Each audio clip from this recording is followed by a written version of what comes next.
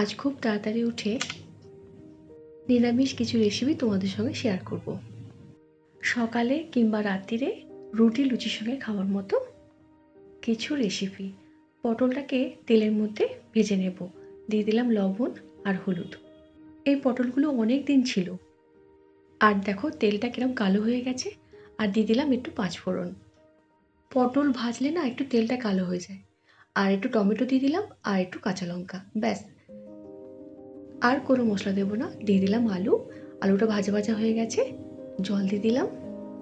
কেননা সকালে বা রাত্রিরে খাওয়ার জন্য একটু হালকা খাবারই ভালো। এবার দিয়ে দিলাম ভেজে রাখা পটলটা, আর আলু তো অনেকক্ষণ আগেই দিয়ে দিয়েছিলাম। আর দিয়ে দেবো একটু সামান্য চিনি। খুবই সিম্পলি রান্না, আর লুচি বা পরোটার সাথে বা রুটির সাথে খেতে কিন্তু ভালো লাগে।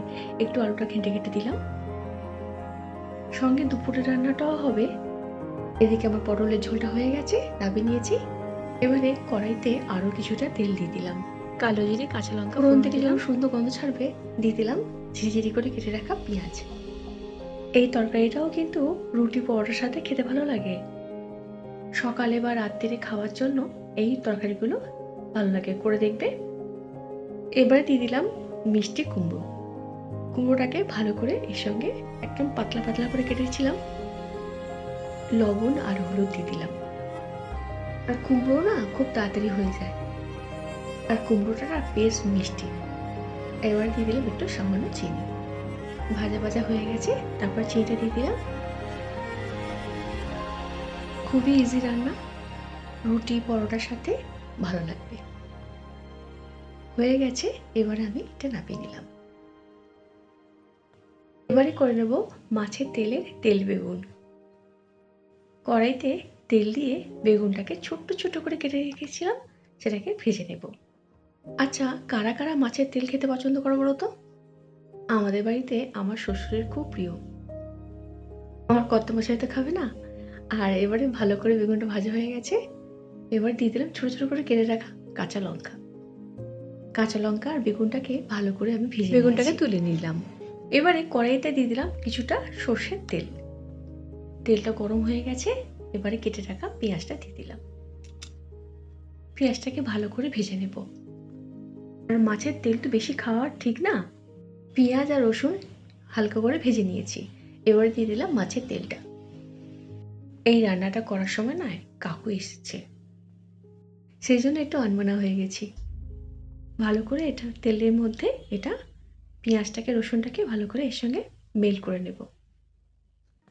আর মাছের তেল এমনিতেই কড়াতে দেওয়া মানেই তেল বেরোবে, দেখো কত তেল বেরোচ্ছে। এবারে দিয়ে দিলাম একটু কাঁচা লঙ্কা বাটা। ভালো করে কাঁচা লঙ্কাটাকেও ওর সঙ্গে মিশিয়ে নিলাম। আমি কিন্তু কাঁচা লঙ্কা কুচি দিয়েছিলাম কিছুক্ষণ আগে, কাঁচা লঙ্কা বাটাটাও দিলাম। এবারে দিয়ে দেবো একটু লবণ। এর আগে আমি লবণটা মাখিয়ে রেখে দিয়েছিলাম তেলের মধ্যে, লবণ হলুদ মাখিয়ে রেখে দিয়েছিলাম, তবুও আমি ফের লবণটা দিয়ে দিলাম। লবণটা দেওয়ার পরে দিয়ে দিলাম একটু লঙ্কার গুঁড়ো। ওর সঙ্গে কথা বলছি আর তোমাদের সঙ্গে কথা বলছি। এর মধ্যে বেগুনটা দিয়ে তেল বেগুনটা রেডি করে নিয়েছি। কেননা কাকু এসে গেছে তো তাড়াহুড়ো করছি। কাকু আবার চলেও যাবে। এই যে টেবিলের মধ্যে সমস্ত খাবার গুছিয়ে নিয়েছি। রান্না অনেক রকমের হয়। এই যে রুটি পরোটার সাথে খাওয়ার জন্য কুমড়ো তরকারি, পটলের তরকারি রেডি হয়ে গেছে। এর আগে আমি তেলাপিয়া মাছের ঝালটা করে নিয়েছিলাম। দেখো তেলাপিয়া মাছটা কত সুন্দর হয়েছে। সর্ষে বাটা দিয়েছিলাম, মানে কালো জিরে। এটা দুপুরবেলা ভাতের দিয়ে খাওয়ার জন্য নিরামিষ ঝোল বানিয়েছিলাম। একটু লম্বা করে আলু পটল দিয়েছিলাম আর বড়ি দিয়েছিলাম, কালো জিরে আর কাঁচা লঙ্কা, ব্যাস। এই এতেই হবে।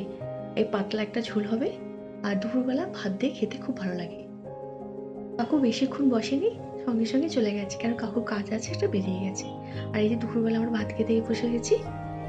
আমাদের বাড়ির সামনে যে মেট্রো স্টেশনটা আছে, এই জন্য আমাদের বাড়ির যে যাতায়াত করার রাস্তা বা কাজের জায়গাটা খুব অসুবিধা হয়ে গেছে। সেই জন্য কথা বলতে বলতে খেতে খেতে গল্প করছি। আর এই যে মাছের তেলটা যে বানিয়েছিলাম না, তেল বেগুন, সেটা নিয়ে নিলাম।